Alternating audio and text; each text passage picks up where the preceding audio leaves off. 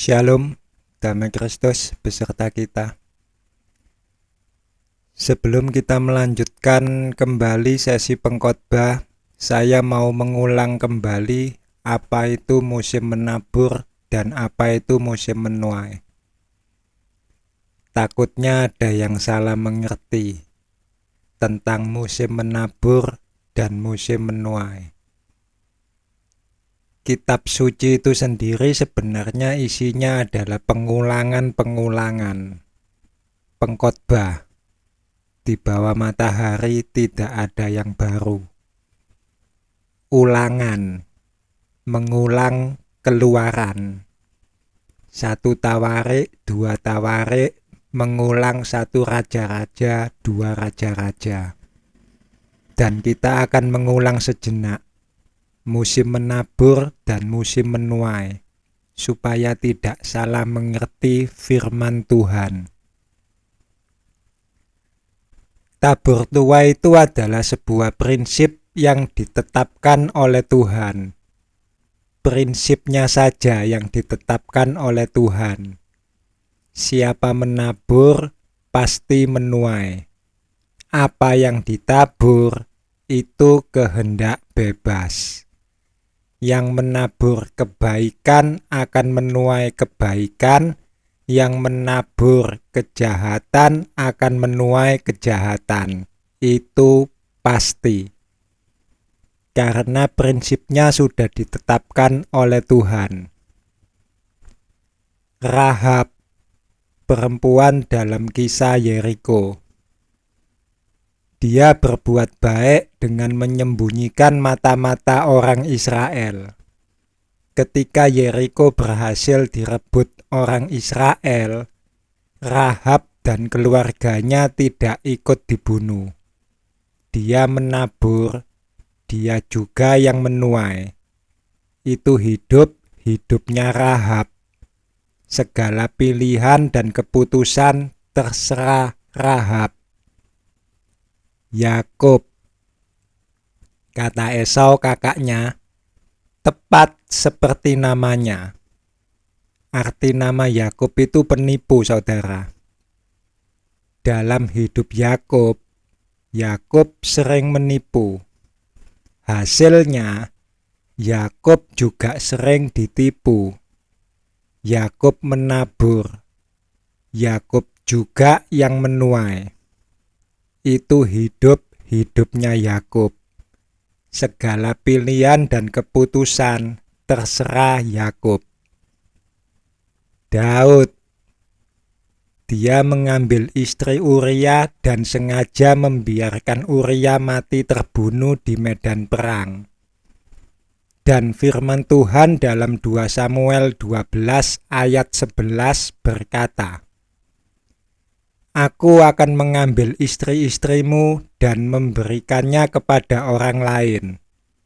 Daud menabur, Daud juga yang menuai. Itu hidupnya Daud. Segala pilihan dan keputusan terserah Daud.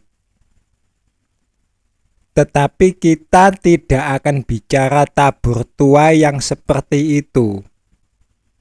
Musim menabur, ada penabur yang belum tentu kelak akan menuai. Musim menuai, ada penuai yang belum tentu dulunya pernah menabur. Kita bicara tabur tuai sebagai seorang pekerja yang dibayar. Ada sesuatu yang bukan milik kita, tapi kita akan melakukan sesuatu itu karena kita diupah, dibayar. Kita bicara tabur tuai versi Yohanes 4 ayat 37 sampai 38. Sebab dalam hal ini benarlah peribahasa, yang seorang menabur dan yang lain menuai. Aku mengutus kamu untuk menuai apa yang tidak kamu usahakan. Orang-orang lain berusaha dan kamu datang memetik hasil usaha mereka. Supaya tidak salah mengerti, ada baiknya saya kasih gambaran saja. Kita lihat di layar monitor. Ini saya punya tanah. Tanah ini akan saya jadikan ladang. Tolong diingat, tanah ini milik saya. Di samping kiri itu ada banyak pekerja. A1 sampai A8, B1 sampai B8, C1 sampai C8. Saya panggil mereka semua untuk bekerja di ladang saya. Hei, siapa saja yang mau kerja, silahkan datang ke ladang saya. Saya butuh tukang cangkul. Yang mau kerja saya bayar 1 juta. Tapi ternyata tidak semua orang yang mau bekerja di ladang saya. Kita lihat slide selanjutnya. Di sana kita lihat, ternyata yang mau bekerja hanya 15 orang saja, yaitu A1 sampai A5, B1 sampai B5, dan C1 sampai C5. A678 tidak mau bekerja. B678 juga tidak mau bekerja. C678 juga tidak bekerja. Oke, saya pekerjakan mereka semua yang mau bekerja saja. Dan mereka bekerja mencangkul tanah. Setelah tanah selesai dicangkul, kita lihat slide selanjutnya. Ini adalah hasil tanah yang sudah mereka cangkul. Tugas mereka selesai. Saya bayar 1 juta sesuai perjanjian. Dan mereka boleh kembali pulang. Lanjut slide berikutnya. Ini tanah saya. Sekalipun mereka yang mencangkul, ini tanah saya. Saya bayar mereka untuk mencangkul. Tapi pekerjaan belum selesai. Saya panggil kembali mereka semua. Hei, siapa saja yang mau kerja, silahkan datang ke ladang saya. Saya butuh tukang tanam. Yang mau kerja saya bayar 1 juta. Biji tanaman semuanya dari saya. Kalian tinggal menanam. Dan lagi-lagi, tidak semua orang yang mau bekerja di ladang saya. Kita buka slide selanjutnya. Nah, kali ini yang bekerja ternyata hanya 13 orang. A1 sampai A5 ternyata masih giat bekerja. Sementara untuk B hilang 2 orang. Dan hanya 3 orang lama yang kembali bekerja, yaitu B1, B2, dan B3. Tetapi untuk C, yang mau kembali bekerja hanya 4 orang lama. C1 tidak mau kembali bekerja, namun C6 kali ini ikut bekerja. Dan mereka semua bekerja menanam biji yang saya berikan. Setelah mereka selesai menanam, kita lihat slide selanjutnya. Nah, ini tanah yang sudah ditanami biji. Tugas mereka selesai. Saya bayar 1 juta sesuai perjanjian. dan mereka boleh kembali pulang. Lanjut slide berikutnya. Ini tanah saya. Tolong selalu ingat akan hal itu. Tanah dan semua isinya adalah milik saya. Mereka hanya orang upahan. Dan saya juga sudah bayar upah mereka. Tapi pekerjaan belum selesai. Saya panggil kembali mereka semua. Hei, siapa yang mau bekerja? Silakan datang ke ladang saya. Saya butuh orang untuk memberi pupuk tanaman saya. Yang mau kerja saya bayar 1 juta. Pupuk dari saya. Kalian tinggal memupuk. Kita buka slide selanjutnya. Nah, kali ini yang bekerja lebih sedikit lagi. Hanya 11 orang. Tapi ada yang menarik perhatian saya. A1 sampai 5 ini giat bekerja. Dari proses mencangkul sampai sekarang memberi pupuk, mereka selalu ikut terlibat. Oke, itu bagus. Lalu saya melihat ke B. Orang-orang lama semua yang kembali bekerja. Tidak ada orang baru. Tapi ada 3 orang juga yang giat bekerja, yaitu B1, B2, dan B3. Dan ketika saya melihat C, wah, hilang semua. Hanya C1 yang kembali bekerja. Oke lah, tidak apa-apa. Pokoknya kalau bekerja saya bayar, kalau tidak bekerja ya tidak saya bayar. Dan mereka semua bekerja memberi pupuk. Kita lihat slide selanjutnya. Nah, ini tanaman yang sudah diberi pupuk. Tugas mereka selesai, saya bayar 1 juta sesuai perjanjian, dan mereka boleh kembali pulang. Next slide. Dan inilah isi dari ladang saya sekarang. Saya punya tanaman yang sudah dipupuk. Sampai sini saya biarkan tanaman saya ini tumbuh sendiri hingga menjadi pohon dan berbuah seperti slide berikut ini. Oke. Anggaplah pohon-pohon ini buahnya lebat sekali gitu ya. Dan saya mau memetik hasil buah dari pohon-pohon saya ini. Kebetulan saya punya seorang asisten, AI, tante-tante gitu ya.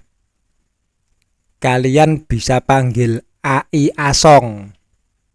Dan kenalkan, ini asisten saya, AI Asong. Nah, tugasnya AI Asong ini adalah mencatat siapa saja orang-orang yang pernah bekerja pada saya dan juga siapa saja yang belum pernah bekerja pada saya. Dan itulah daftarnya. Saya lihat listnya. Saya ingin mempekerjakan orang-orang yang belum pernah bekerja pada saya. Jadi saya mengutus Asong untuk pergi ke rumahnya A6, A7, dan A8. Asong, tolong kamu pergi ke rumahnya A6, A7, dan A8. Sampaikan pesan saya. Apa mereka mau bekerja di ladang saya sebagai penuai? Katakan juga pada mereka, Kalau mereka bersedia untuk 1 buah yang dipetik, saya beri 1 juta. Saya ini kan bos yang ganteng, baik hati, dan tidak sombong, saudara. 1 buah 1 juta. Kurang apa coba? Kalau bukan kurang realistis. Baik, Pak Bos. Asong pergi menjalankan tugas. Dan ternyata A6, A7, dan A8 setuju untuk bekerja pada saya sebagai penuai. Baik. Tapi saya tugaskan 1 persatu.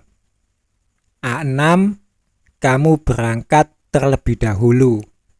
Siap, Pak. A6 berangkat. Kita ke slide selanjutnya. Sampai di ladang, ternyata di luar ada A1, A2, dan A3. Belum sampai manjat pohon, A6 diteriakin maling sama mereka bertiga. A6 panik dan lari pulang. Laporan pada saya. Pak Bos, saya gak dapat hasil. Saya diteriakin maling. Kaget saya. Sama siapa? Sama A1, A2, dan A3. Loh, kan kamu sudah saya kasih surat jalan. Iya Pak Bos, tapi mereka gak percaya. Katanya gak alkitabiah.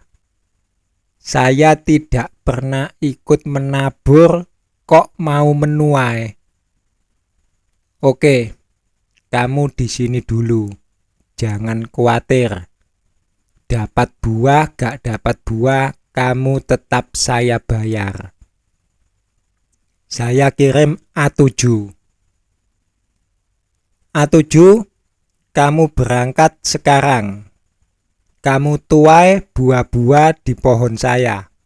Siap Pak Bos. Tapi A7 mengalami nasib yang serupa. Lapor Pak Bos. Saya dilempari batu. Sama siapa? Sama A1, A2, dan A3.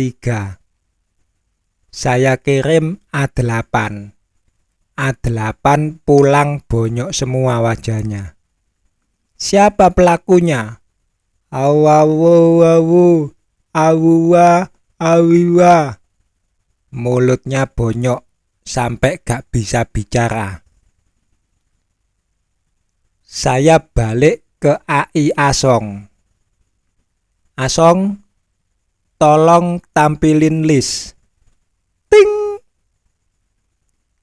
Saya lihat-lihat lagi daftar nama-nama.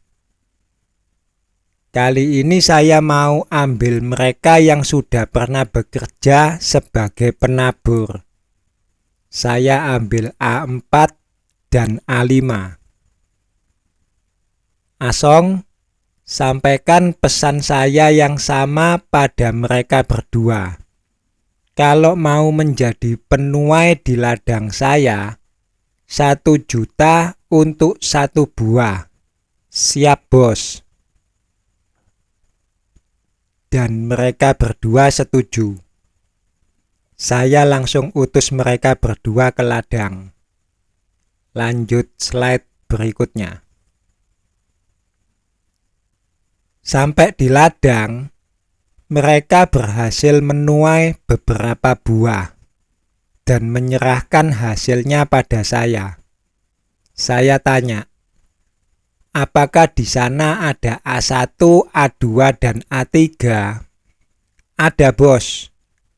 Apa kata mereka? Mereka tidak berkata apa-apa. Baik. Asong, kirim semua pekerja ke ladang untuk menuai, kecuali A1, A2, dan A3. Siap bos. Next slide please. Di sana Mereka semua bekerja sebagai penuai dan memetik banyak buah dari pohon-pohon saya. Mereka mengumpulkan di gudang saya, dan saya bayar mereka seperti pada slide berikut. Kalian bisa lihat, saya tidak hanya membayar mereka sesuai perjanjian, 1 buah 1 juta, tetapi saya juga berikan masing-masing 10 kilo dari hasil buah yang mereka petik. Dan tidak hanya sampai di sana. Karena saya ini adalah bos yang ganteng, kaya raya, baik hati, dan tidak sombong, saya ingin memberi pelajaran pada ketiga pekerja yang semena-mena tadi, yaitu si A1, A2, dan A3, bahwa sayalah pemilik ladang itu, bukan mereka. Ai Asong, tolong berikan masing-masing 10 kilo buah pada tetangga saya D1, D2, dan D3 di depan mata A1, A2, dan A3. Ting! Terima kasih, Ai Asong. Saya harap dengan cerita ini kalian bisa mengerti apa yang dimaksud dalam Yohanes 4 ayat 38 tadi. Aku mengutus kamu untuk menuai apa yang tidak kamu usahakan. Orang-orang lain berusaha dan kamu datang memetik hasil usaha mereka. A1, A2, A3 tadi memang saya pekerjakan sebagai penabur, tetapi mereka tidak menuai. Saya bayar upah mereka sebagai penabur, tetapi tidak akan makan buah yang mereka tanam. Saya tidak beri, karena mereka jahat.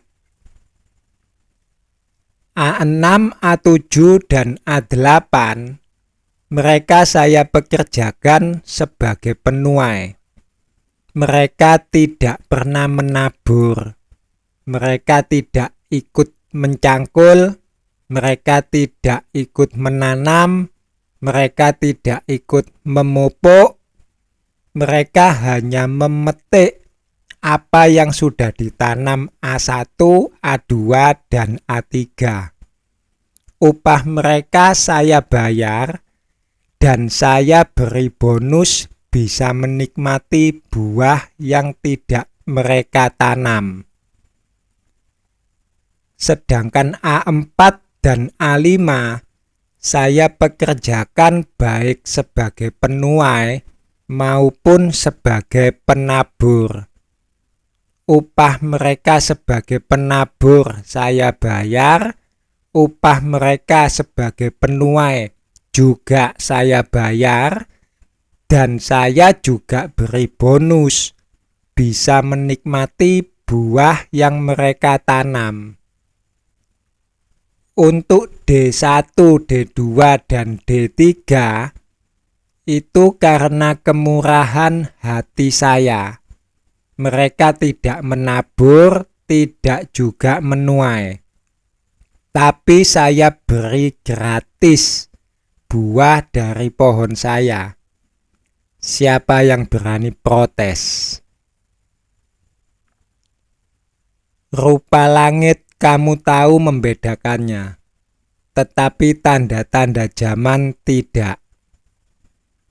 Penabur itu tugasnya memang memasukkan bibit ke ladang, menanam.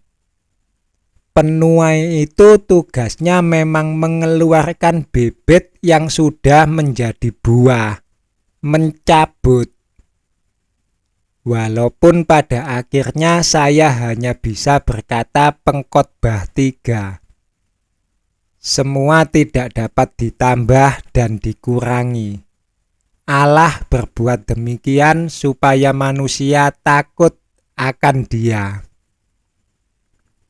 Tapi setidaknya mengertilah dan berusahalah sungguh-sungguh. Yohanes Pembaptis pernah berkata, "Aku membaptis engkau dengan air, tetapi Dia yang datang kemudian akan membaptis engkau dengan Roh."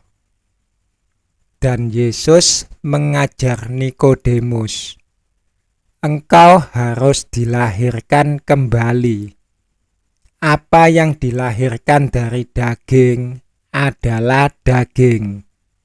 Apa yang dilahirkan dari roh adalah roh." Hanya Yesus yang bisa membaptis dengan roh. Cari Yesus. Sekalipun seseorang itu memiliki 1000 macam karunia, manusia tidak bisa membaptis dengan roh. Berusahalah sungguh-sungguh. Cari Yesus. Ini masanya penuai, bukan masanya penabur. Percayalah saya. Cari Yesus. Ini penting. Shalom.